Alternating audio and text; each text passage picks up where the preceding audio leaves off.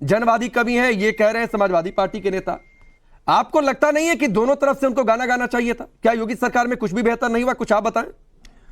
बिल्कुल, मुझे लगता है कि दोनों तरफ से उनको गाना गाना चाहिए था। एक सच्चे कवि की यही निशानी है। हम दिनकर के वंशज हैं, हमें जहां भी कमियां दिखती हैं, खोट दिखती है, हम उस व्यवस्था पर चोट करते हैं।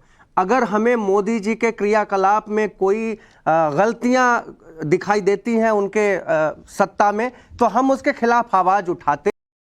साथ ही विपक्ष में भी अगर कोई खामी दिखती है तो हम उसके खिलाफ भी आवाज उठाते हैं। आप जिसका नाम ले रहे हैं, नेहा सिंह राठौर जी, खुद को लोक गायिका कहती हैं, लेकिन लोक गायिका मेरे नजरिए से मैथिली ठाकुर है, जो लोकगीतों और संस्कारों की बात करती है। मेरे हिसाब से मालिनी अवस्थी लोकगीत गायिका हैं, मेरे हिसाब से शारदा सिन्हा लोकगीत गायिका हैं, क्योंकि आप इनके गानों में तो कभी पॉलिटिकल सटायर या कुछ ऐसा नहीं देखते हैं।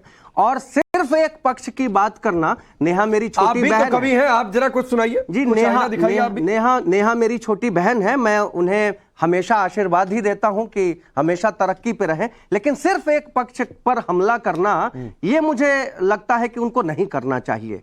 और रही बात दूसरों की, जो खुद को लोक गायिका कहे और सिर्फ एक पक्ष की बात करे, तो मैं 4 पंक्तियां अपने लहजे में कहना चाहता हूं कि हम दिनकर के वंशज हैं, जो भी सच है वो कहते हैं। हम दिनकर के वंशज हैं, जो भी सच है वो कहते हैं। अपनी फितरत अलग है यारो, अपनी यही कहानी है। एक पक्ष की तारीफें और एक पक्ष को ही गाली, यही बिकाऊ लोक गायिकाओं की बड़ी निशानी है। हमें सिर्फ एक पक्ष की नहीं, दोनों पक्ष की बात करनी चाहिए। अभी मैं समाजवादी पार्टी के जो नेताजी बोल रहे थे, मैं उनको सुन रहा था। मैं आपका समर्थन कर रहा हूं, चलिए आप जो कह रहे हैं वो सच कह रहे हैं। फिर क्या कारण है कि पब्लिक ने आपको वोट नहीं किया?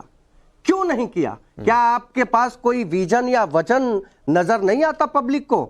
मैं 4 पंक्तियां इन्हें भी देना चाहता हूं और इनके मुखिया के लिए भी कहना चाहता हूं। देखिए, चुनाव आता है तभी इन्हें भक्ति दिखाई देती है, लेकिन ये एक तरफ तुलसी को अपशब्द कहते हैं, दूसरी तरफ उन्हीं के द्वारा स्थापित संकट मोचन मंदिर में जाकर माथा टेकते हैं। तो मैंने 4 पंक्तियां कही कि आते ही चुनाव ये सारे मंदिर मंदिर लेटेंगे, आते ही चुनाव ये सारे मंदिर मंदिर लेटेंगे।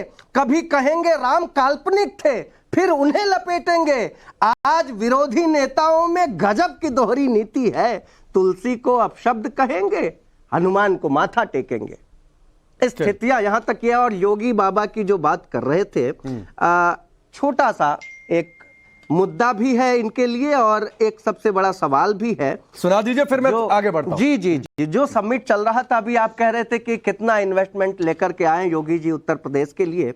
मैं कहता हूं कि अभी तो ये शुरुआत है, कभी पहले इसकी कल्पना नहीं की जा सकती थी, लेकिन अभी है। लोगों को सिर्फ बुलडोजर दिखता है, लेकिन मैं एक कवि होने के नाते एक अलग नजरिया रखते हुए ये 4 पंक्तियां कहता हूं कि योगी जी के नाम पे ही सभी कुढ़े हुए हैं।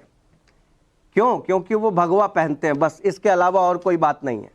योगी जी के नाम पर ही सभी कुढ़े हुए हैं, बस फिजूल का ही सब शोर है, शराबा है। जब से ये मुख्यमंत्री प्रदेश के हुए हैं, दंगा ना फसाद, कोई खून ना खराबा है। ग्लोबल इन्वेस्टर समिट में कमाल हुआ, 1 ट्रिलियन इकोनॉमी वाला दावा है।